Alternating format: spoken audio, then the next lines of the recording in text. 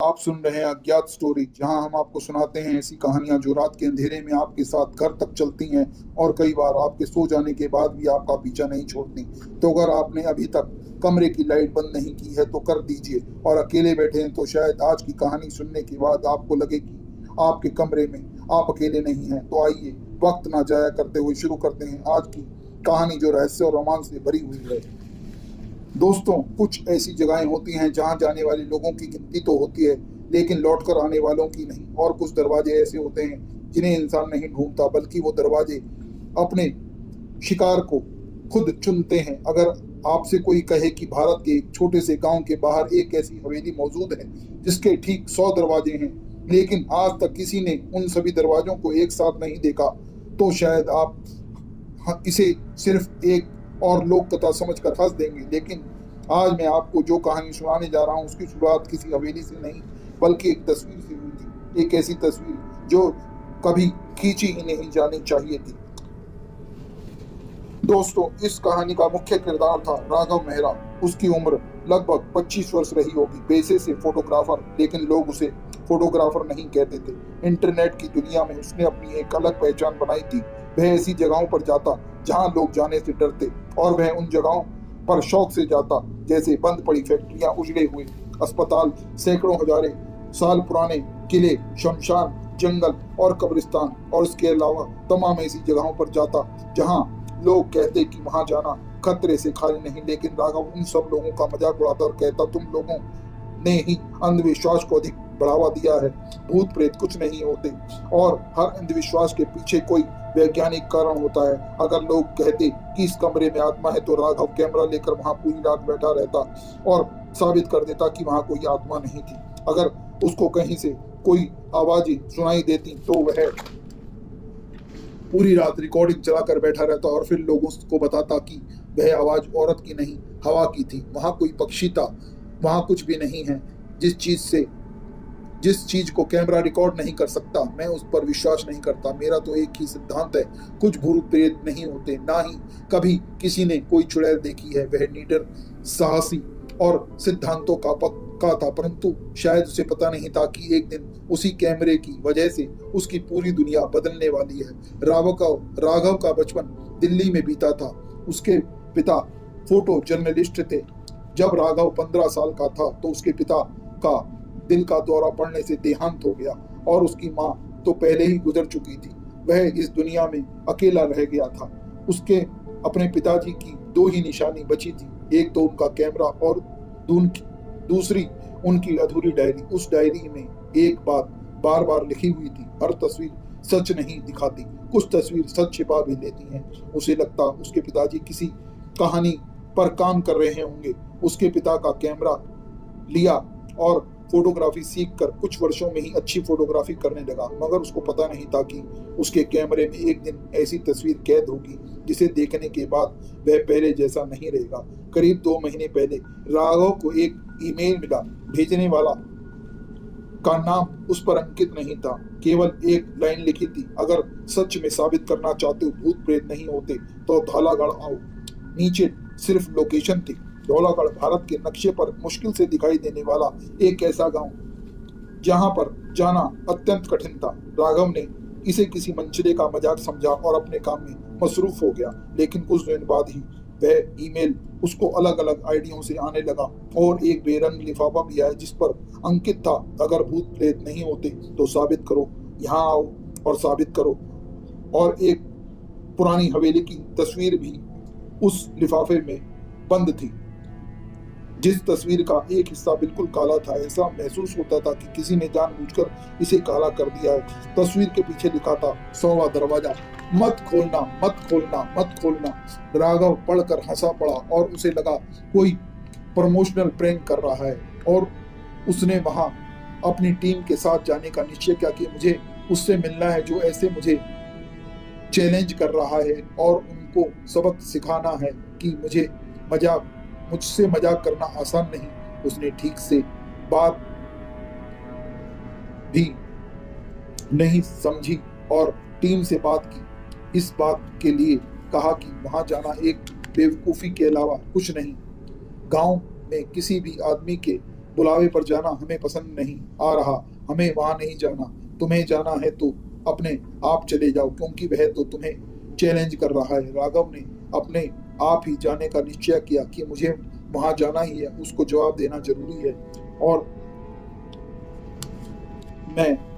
मुझे किसी टीम की आवश्यकता नहीं, मैं अकेला ही उन सब अंधविश्वासों को तोड़ने के लिए काफी हूं जो लोगों ने अपनी सहूलियत के अनुसार बना रखे हैं। लेकिन उसको जाते समय इस बात का बिल्कुल अंदाजा नहीं था कि वह कितनी बड़ी भूल कर रहा है और यह शूट उसका आखिरी शूट होने वाला है। 2 दिन बाद वह अपना कैमरा, ड्रोन, ट्राइपॉड, अतिरिक्त बैटरी और जरूरी सामान लेकर निकल पड़ा।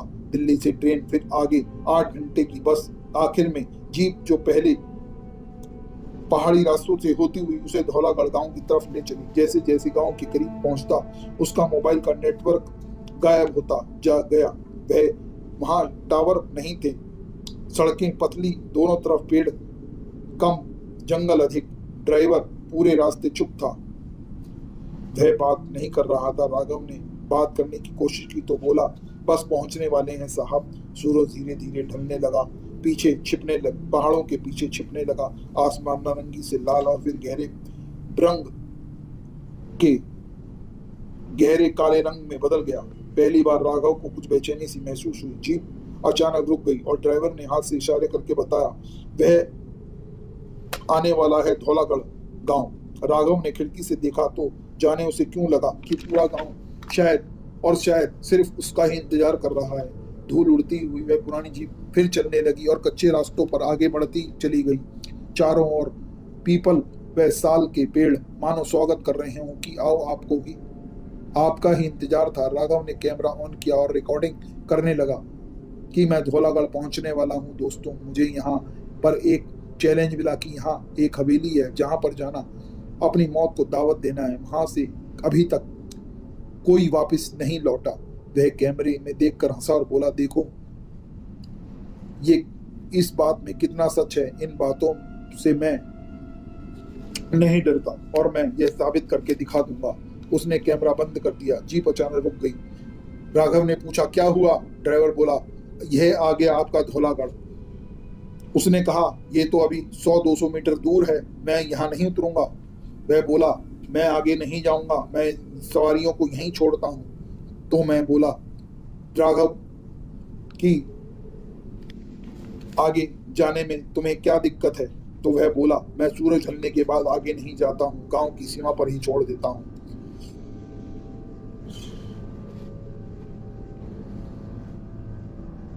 राघव ने गहरी सांस लेकर उसे पैसे दिए और अपना बैग लिए गांव की सीमा में दाखिल हो गया।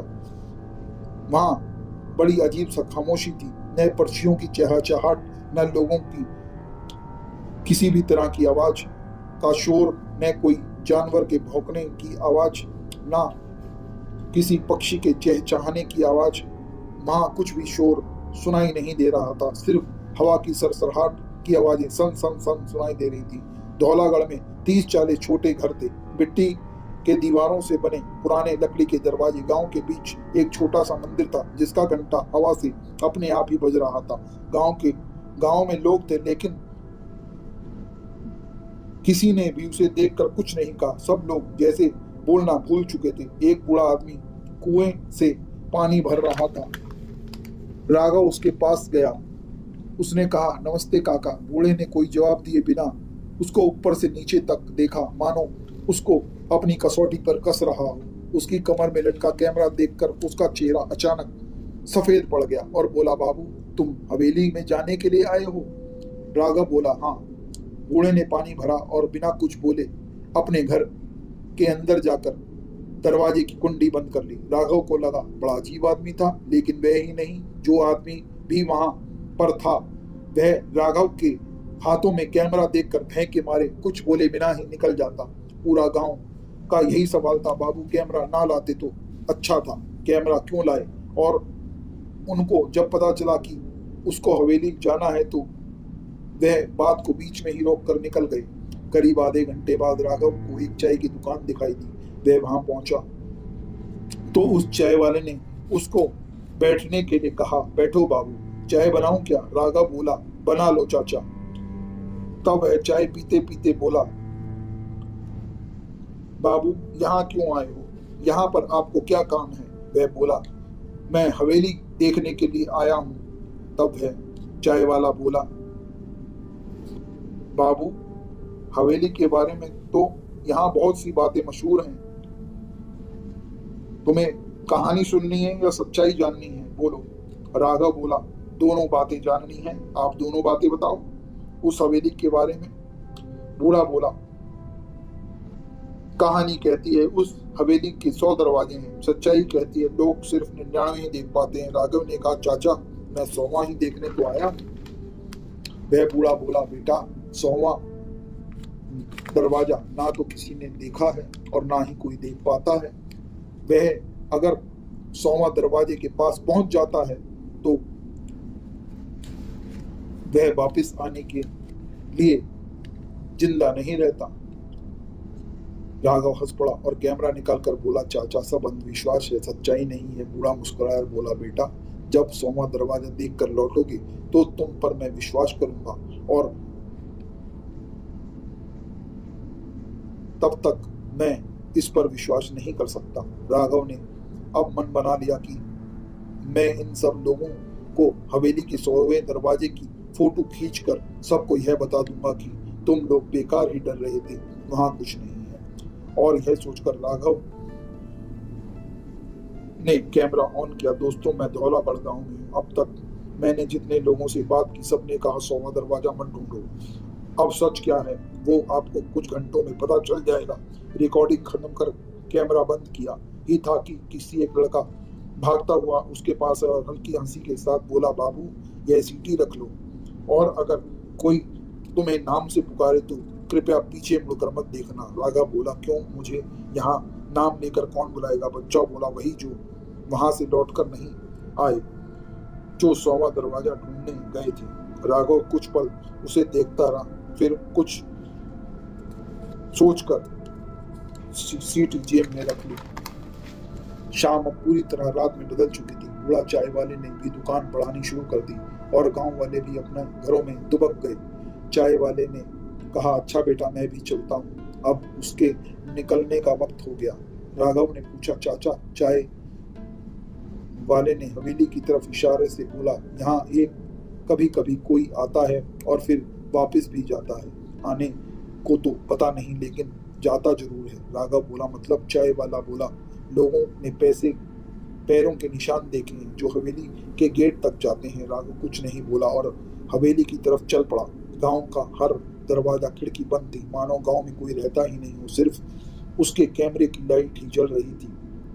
गांव अंधेरे की स्याह चादर में डूबा था। राघव हवेली की तरफ चल पड़ा। उसे दूर से ही हवेली की टूटी काली छत दिखाई दी। राघव ने कैमरे में लाल लाइट ऑन की और गहरी सांस ली और बिना जाने की उसकी जीवन की सबसे भयावह रात शुरू होने वाली वह पेड़ों के बीच बनी उस बड़ी हवेली की तरफ बढ़ चला। राघव ने कैमरे को दोबारा जांचा कि रिकॉर्डिंग शुरू हुई है या नहीं और चल पड़ा। अंधेरे में वह लाल लाइट जुगनू की तरह चमक रही थी। करीब 500 मीटर दूर पेड़ों के बीच कुछ दिखाई दे रहा था। पहले लगा पहाड़ होगा, लेकिन जैसे जैसे वे आगे बढ़ा करती साफ होने लगी, वह कोई पहाड़ नहीं, एक बहुत बड़ी हवेली थी। एक ऐसी हवेली जो समय के साथ बूढ़ी तो हो चली थी मगर मरी नहीं थी। दूर से देखने पर लगता था मानो कोई विशाल काले जानवर ने अपने पैरों को मोड़कर जंगल के पीछे बैठने की जगह बना ली हो और वह अपने शिकार का इंतजार कर रहा हो। राव कुछ पल के लिए रुका। उसने तो बहुत खंडर देखे थे, परंतु उस हवेली का देखकर उसे लगा कि यह टूटी जरूर है लेकिन वीरान नहीं है। उसे लगा उसे कोई देख रहा है। उसने पीछे मुड़कर देखा, वहां कोई नहीं था। सड़क खाली थी। गांव अब दिखाई नहीं दे रहा था, बस घना अंधेरा और पेड़ों की सरसराहट। कुछ ज्यादा ही सोच रहा हूँ, उसने खुद से बात की, लेकिन वह शब्द उसे खुद ही झूठ से प्रतीत हुए। कुछ कदम आगे बढ़ने के बाद उसे लोहे का एक विशाल फाटक दिखाई दिया जो दोनों तरफ से पत्थर के खंभों पर खड़ा था, जिस पर सुंदर नक्काशी रही होगी। उन पर मोटी काई जम चुकी थी। बेलें उन खंभों को इस तरह लपेटे हुए थी, मानो वर्षों से किसी को अंदर आने से रोक रही हूँ। फाटक आधा खुला था, हवा भी अब नहीं चल रही थी, लेकिन फाटक फिर भी हिल रहा था। अचानक चर उसकी आवाज पूरे जंगल में गूंज उठी। राघव ने कैमरा इस पर जूम किया। लगता था वह जंग लगने की वजह से हिल रहा है, उसे स्वयं से कहा। लेकिन रिकॉर्डिंग सुनने वाला शायद यह नहीं जानते थे कि वहां हवा का नामो निशान भी नहीं है। फाटक के ऊपर पत्थर की एक पट्टिका लगी थी, उस पर कभी परिवार की मुखिया का नाम लिखा होगा, लेकिन अब कुछ उकेरे हुए शब्द ही बचे थे। ऐसा लग रहा था मानो जानबूझकर किसी ने उन नामों को मिटा दिया हो। राघव ने उंगली फैलाकर पढ़ने की कोशिश की। अचानक उसकी उंगली गीली चीज से टकराई। उसने मोबाइल की टॉर्च चलाकर देखा।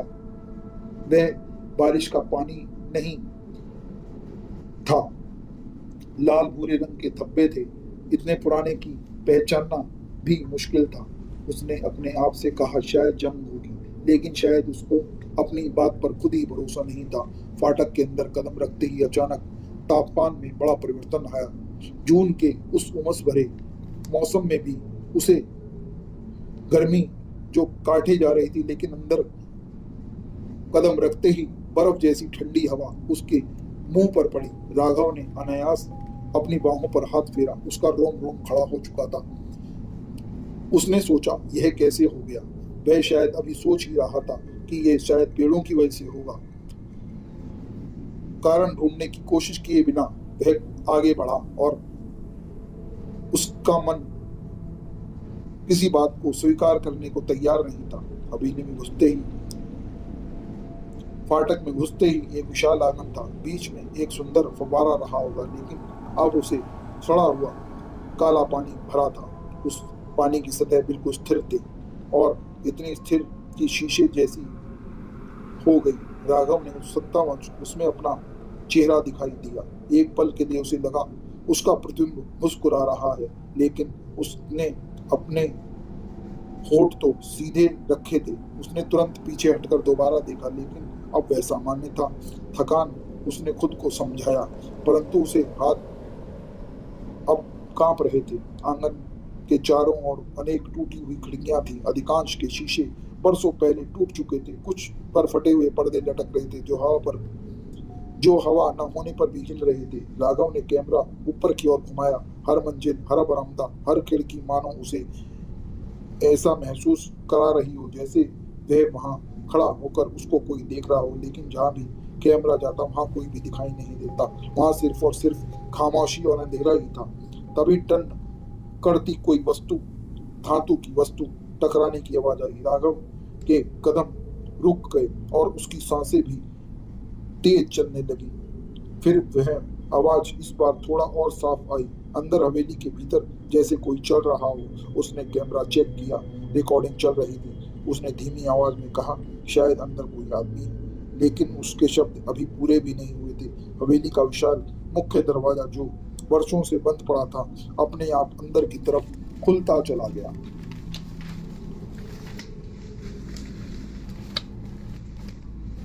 उसके खुलने की चर इतनी लंबी, इतनी भारी आवाज थी कि पूरा जंगल जैसे क्षणों के लिए सांस लेना भूल गया। राघव की उंगलियां कैमरे की पकड़ पर और कस गई। सामने हवेली का अंधेरा खोले खड़ा था और पहली बार उसे महसूस हुआ कि शायद वह इस हवेली में अपनी इच्छा से नहीं आया, बल्कि यह हवेली ही उसे बुला के ले आई है।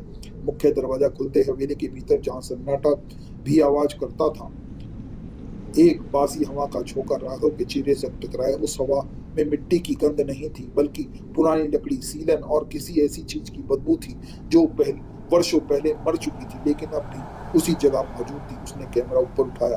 टॉर्च सफेद रोशनी को काटते हुए धीरे धीरे आगे बढ़ी। सामने एक विशाल दीवान खाना था। उसकी छत लकड़ी की नक्काशी, दीवारों पर धूल से ढकी विशाल पेंटिंग और बीच में एक टूटा हुआ झूमर जो छत से टेढ़ा लटक रहा था। हर चीज पर धूल की मोटी परत थी। वह साफ समझ आ रहा था कि यहाँ वर्षों से कोई नहीं आया है। राघव के कैमरे देखकर कहा पहली नजर में यह जगह 100 से 150 साल पुरानी लग रही है। फिर धीरे धीरे आगे बढ़ा। उसके कदम के बीच पुरानी लकड़ी चरमराने लगी। वह टक टक टक और फिर आवाज के पीछे एक आवाज टक टक टक रुक गई। दूसरी आवाज भी रुक गई। उसने पीछे मुड़कर देखा, कोई भी नहीं था। फिर वह चला टक टक और फिर उसके कदम के पीछे आवाज आई टक टक, जैसे कोई उसका पीछा कर रहा हो, कोई उसकी नकल कर रहा हो। उसने अचानक रुककर अपने कैमरे की रोशनी चारों तरफ घुमा दी। सिर्फ खाली दीवारें, टूटी कुर्सियां और धूल। लकड़ी की आवाज होगी, उसने खुद से कहा, लेकिन इस बार खुद को समझाने की कोशिश में ज्यादा विश्वास नहीं था।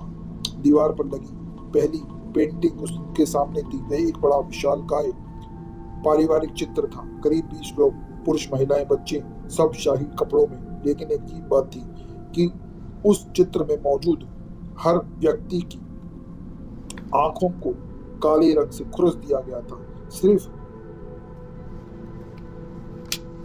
उसकी आंखें काली कर दी गई थी। राघव ने कैमरा जूम किया। यह शायद किसी ने बाद में किया होगा। इतने में उसे लगा चित्र में सबसे छोटे बच्चे का सिर हल्का सा उसकी तरफ घूम गया। राघव तुरंत पीछे हट गया। उसने दोबारा देखा, चित्र वैसा ही था।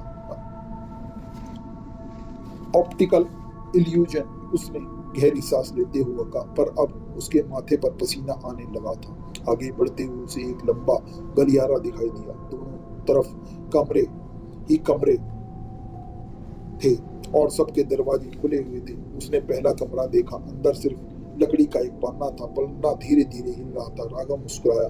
हवा के कारण हिल रहा होगा। लेकिन जैसे ही उसने कमरे के अंदर कदम रखा, पालना रुक गया, जैसे उसे किसी ने पकड़कर रोक दिया हो। वह कुछ सेकंड खड़ा रहा, कुछ भी नहीं हुआ। फिर राघव उस कमरे से बाहर आया। उसने जैसे ही दरवाजे की चौखट पर कदम रखा, पालना फिर हिलने लगा, इस बार पहले से भी तेज। राघव ने पीछे मुड़कर नहीं देखा। दूसरे कमरे की दीवार पर किताबें ही किताबें थी। अधिकांश सड़ चुकी थी, लेकिन बीच की मेज पर एक किताब बिल्कुल नई रखी थी। उस पर धूल का नामो निशान तक नहीं था। राघव ने उसे उठाया और खोला तो पहला पन्ना खाली, दूसरा खाली, तीसरा खाली, चौथा खाली, पांचवा खाली। पूरी किताब ही खाली थी और पूरी तरह से सफेद थी। उसने किताब रख दी, लेकिन जैसे ही वह मुड़ा, फड़ाक की आवाज से किताब का पन्ना अपने आप खुल गया। इस बार उसके बीच के पन्ने पर एक ही वाक्य लिखा था, देर कर दी।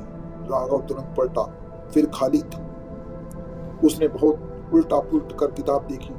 वह थक गया, लेकिन किताब में उसे कुछ भी दिखाई नहीं दिया। उसने धीरे से कहा, मैं शायद थकावट की वजह से ये ऐसा हो गया हूँ। लेकिन अब उसकी आवाज में आत्मविश्वास नहीं बचा था, जो गांव में आते वक्त था। उसे याद आया, बाहर चाय वाली ने कहा था, जिस दिन 100वां दरवाजा दिख जाए, उस दिन तुम मुझको बताना। लेकिन अभी भी उसे लगा यह सब बकवास है। उसे याद आया और वह गलियारे की तरफ आगे की तरफ बढ़ गया। गलियारे में एक पुरानी घड़ी लगी थी। उसकी सुइयां चल रही थी, लेकिन उल्टी दिशा में। राघव ने कैमरे में उसे रिकॉर्ड किया।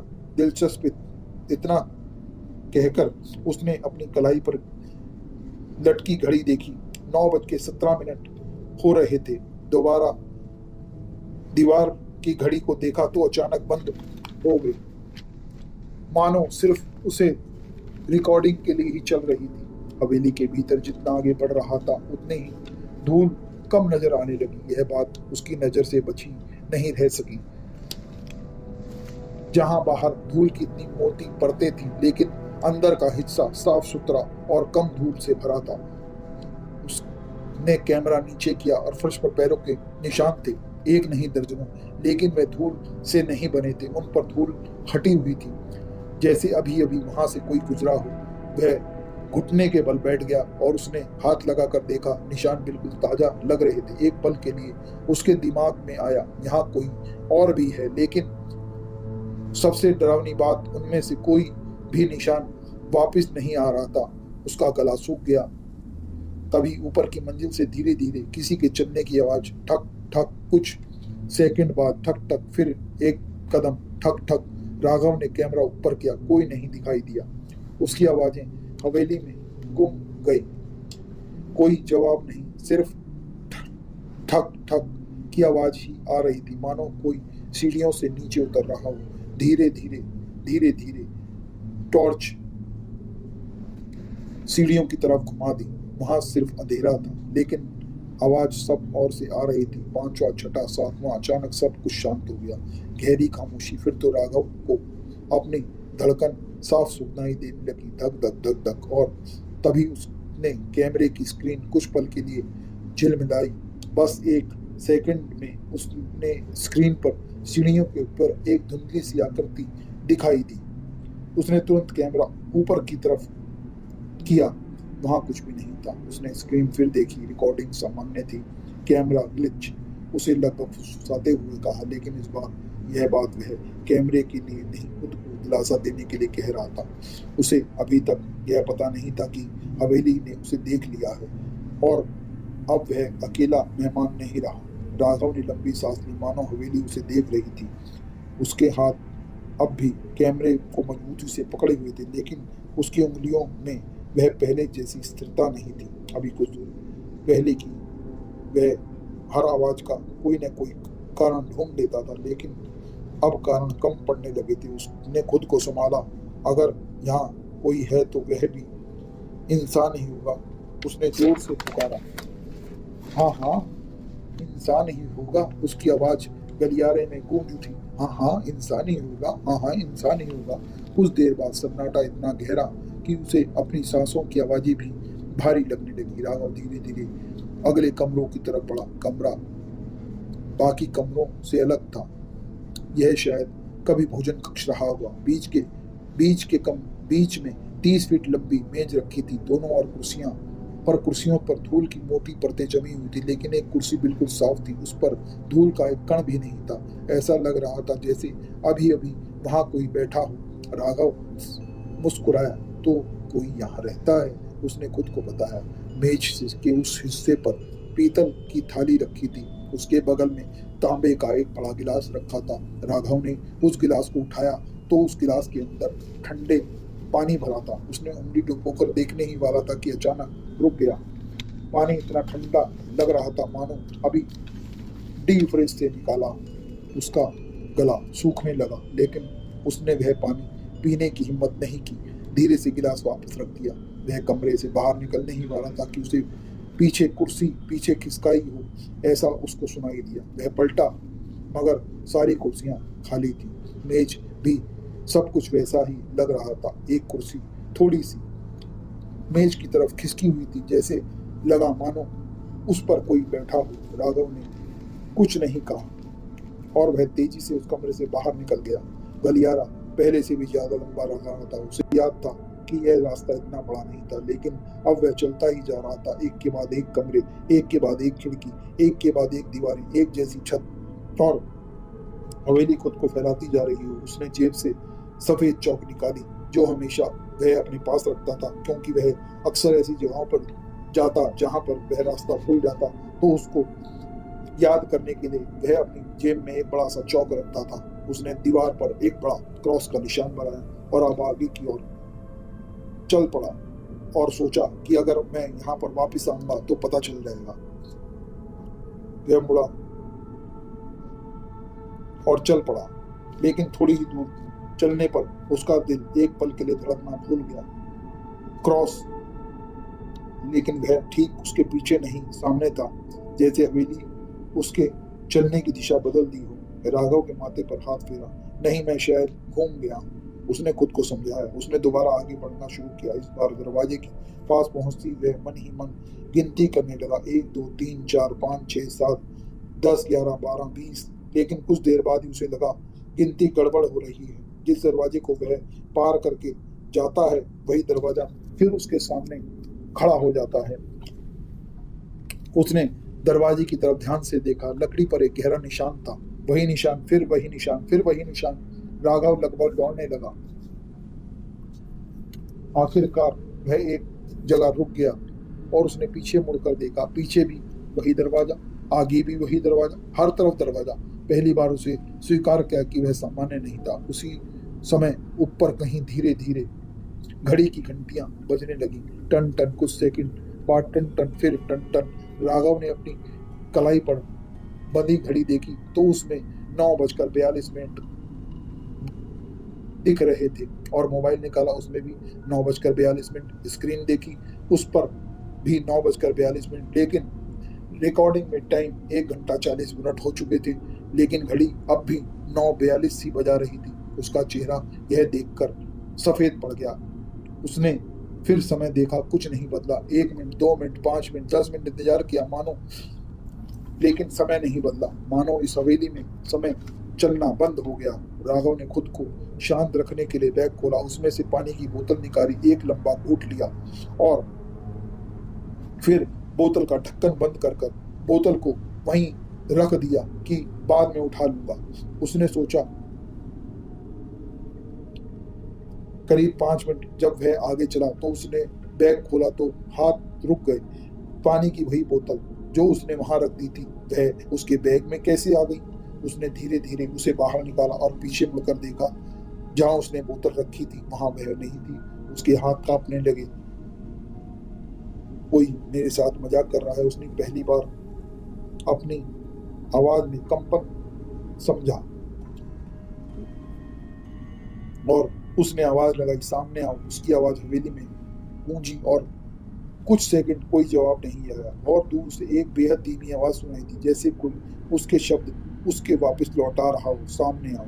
लेकिन वह उसकी आवाज नहीं थी, वह किसी और की थी जो बोलना तो सीख गया था मगर इंसानों की तरह नहीं। राघव के पूरे शरीर में सिहरन दौड़ गई। उसका कैमरा कस पकड़ दिया। अब उसे महसूस होने लगा कि वह हवेली के अकेला नहीं। लेकिन सबसे डरावनी बात यह थी कि वह जो भी उसके साथ था वह बस अभी तक सिर्फ उसे देख रहा था, जैसे कोई शिकारी अपने शिकार पर झपटने से पहले उसकी हर हरकत को समझता है और फिर अपना दाव लगाता है। इसी प्रकार राघव ने अपने आप को समझा कि वह किस खेल का हिस्सा बन चुका है। राघव अभी भी उस अंधेन गलियारे में ही खड़ा था। उसे यह समझ नहीं आ रहा था कि वह कितनी देर से हवेली के भीतर है, कुछ घंटों से या कुछ मिनटों से। उसे समय अपना अर्थ खो चुका था। अभी बेचैनी के बीच उसकी नजरें दीवार के टूटे हुए हिस्से पर पड़ी। पत्थर टूटे हुए, जैसे किसी ने जानबूझकर उन्हें तोड़ा हो। अंदर एक छोटी सी लकड़ी की संदूक रखी थी, उस पर धूल की मोटी परत जमी हुई थी, लेकिन ताला टूटा हुआ था। राघव ने धीरे से ढक्कन उठाया। अंदर कुछ पुराने कागज, एक पीतल का ताबीज और चमड़े से बंधी हुई एक डायरी थी। डायरी इतनी पुरानी थी कि उसके पन्ने हाथ लगते ही टूटने लगते थे। पन्ने पर सिर्फ इतना लिखा था, यदि यह डायरी तुम्हारे हाथ में है तो समझ लो कि हवेली ने तुम्हें अपने अंदर स्वीकार कर लिया। राघव मुस्कुराया। किसी ने अच्छी कहानी लिखी है, उसने बुदबुदाया। लेकिन जैसे जैसे वह आगे बढ़ता गया उसके चेहरे की मुस्कान गायब होती गई। सन 1971 हमने यह भवन किसी परिवार के रहने के लिए नहीं बनाया। इस स्थान को बनाने का उद्देश्य एक ही था, दरवाजे को बंद रखना। राघव का माथा सिकुड़ गया। कौन सा दरवाजा? उसने अगला पन्ना पलटा। बहुत वर्ष पहले इस पहाड़ी के नीचे एक प्राकृतिक दरार थी। गांव के लोग कहते थे कि वह रात के समय उस दरार से आवाजें आती हैं। जो भी उस दरार के पास जाता वह लौटकर तो आ जाता, लेकिन वह पहले जैसा नहीं रहता, वह पागल हो जाता। डायरी के अगले पन्ने जले हुए थे। कई शब्द पढ़े नहीं जा रहे थे, लेकिन कुछ वाक्य अभी भी साफ दिखाई दे रहे थे। वह इंसान की तरह बात करता है, वह किसी का भी रूप ले सकता है और सबसे पहले वह तुम्हारा नाम सीखता है। राव के हाथ अनायास ही रुक गए। उसे अचानक उस चाय वाले लड़के की बात याद आ गई जो चाय की दुकान पर मिला था कि अगर कोई तुम्हें नाम लेकर बुलाए तो पीछे मत मुड़ना। उसने अनायास पीछे देखा। गलियारा खाली था, लेकिन अब उसे लगा कि शायद उसे पीछे नहीं मुड़ना चाहिए था। यह पीछे मुड़ना उसकी सबसे बड़ी गलती थी। डायरी आगे कहती थी, उस शक्ति को मारा नहीं जा सकता था, उसे जलाया नहीं जा सकता था, दफनाया नहीं जा सकता था और उसे मंत्रों से भी वेदा नहीं जा सकता था। लेकिन जितनी बार भी कोशिश की गई वह शक्ति हर बार वापस लौट आई। अंत में राजा ने देश भर के तांत्रिकों, विद्वानों और स्थापत्यकारों को बुलाया, उन्हें से एक हवेली बनवाई जिसमें 99 दरवाजे थे और एक ऐसा दरवाजा जो दरवाजा नहीं बल्कि ताला था। राघव ने पन्ना पलटा, वहां एक चित्र बना था, पूरी हवेली का नक्शा जिसमें 99 दरवाजे स्पष्ट दिखाई दे रहे थे, लेकिन बीच में एक गोल काला निशान था। उसके ऊपर लिखा था शतम द्वार, 100वां दरवाजा। नीचे लाल स्याही से एक चेतावनी, इसे कोई खोज नहीं सकता, यह स्वयं चुनता है।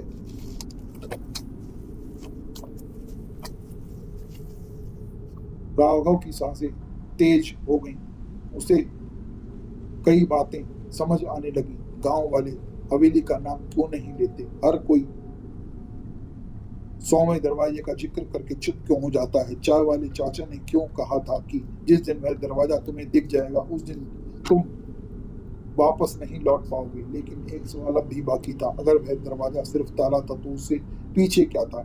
डायरी का आखिरी हिस्सा पूरी तरह फटा हुआ था, सिर्फ नीचे की कुछ पंक्तियां बची थी। हमने दीवारों में नहीं बांधा, हमें उसे पूरी शब्द गायब थे। फिर आखिरी पंक्ति गहरी स्याही से लिखी थी, मानो लिखने वाला कांप रहा हो। यह हवेली किसी आत्मा का घर नहीं है, यह स्वयं एक जीवित कैद खाना है और जीवित कैद खाने को समय समय पर एक नया जेलर चाहिए। राघव के हाथ में डायरी नीचे गिर गई, उसके दिमाग में जैसे बिजली कौंध गई। इसलिए हवेली उसे बचपन की वह तस्वीरें दिखा रही थी और उसके कदमों से खेल रही थी। वह इससे डरने की कोशिश नहीं कर रही थी, वह तो उसे पहचान रही थी, जांच रही थी, तोल रही थी, जैसे कि वह तय कर रही हो कि क्या यही उसका अगला व्यक्ति जो इस हवेली के भीतर हमेशा के लिए रह जाएगा। उसी क्षण पूरी हवेली एक बार जोर से कांपी, ऊपर कहीं पत्थर गिरने की आवाज आई और फिर पहली बार राघव ने साफ साफ सुना, बहुत धीमी, बहुत गहरी, लेकिन बिल्कुल स्पष्ट आवाज। किसी ने उसका नाम लेकर पुकारा, राघव, राघव। शरीर पत्थर की तरह जम गया। उसके गांव के लड़के की बात याद आ गई, अगर कोई तुम्हें नाम लेकर पुकारे तो पीछे मत मुड़ना। लेकिन इंसान की सबसे बड़ी कमजोरी उसकी जिज्ञासा होती है, और यही जिज्ञासा राघव ने भी दिखाई और उसने भी पीछे मुड़कर देख लिया। धीरे धीरे धौलागढ़ की वह हवेली फिर से वैसी शान हो गई जैसे वह कभी कोई आया ही नहीं। आज भी गांव वाले उस रास्ते पर सूर्यास्त के बाद नहीं जाते। आज भी अगर किसी बाहरी आदमी ने हवेली का रास्ता पूछा तो लोग नजरें झुका लेते हैं, और आज भी कहा जाता है उस हवेली में सिर्फ 99 दरवाजे। लेकिन अगर कभी किस्मत से आपको उस 100वें दरवाजे के सामने खड़ा कर दिया तो यह बात हमेशा याद रखना कि उसे ढूंढने की कोशिश मत कीजिए, क्योंकि उससे कोई इंसान ढूंढता नहीं, वह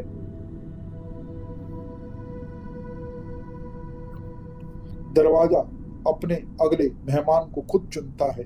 अगर आपको आज की कहानी पसंद आई हो तो वीडियो को लाइक जरूर कीजिए और अज्ञात स्टोरी को सब्सक्राइब कर लीजिए, क्योंकि अगली बार जो कहानी मैं आपको सुनाने वाला हूँ हो सकता है वह किसी पुरानी किताब, किसी बंद कमरे, या शायद किसी पुराने कब्रिस्तान या किसी पुराने शमशान की हो और आपके अपने शहर से जुड़ी हो। तब तक रात में अगर कोई आपको अपना नाम लेकर पुकारे तो प्लीज और प्लीज पीछे मुड़कर मत देखना। शुभ रात्रि, शुभ रात्रि, शुभ रात्रि।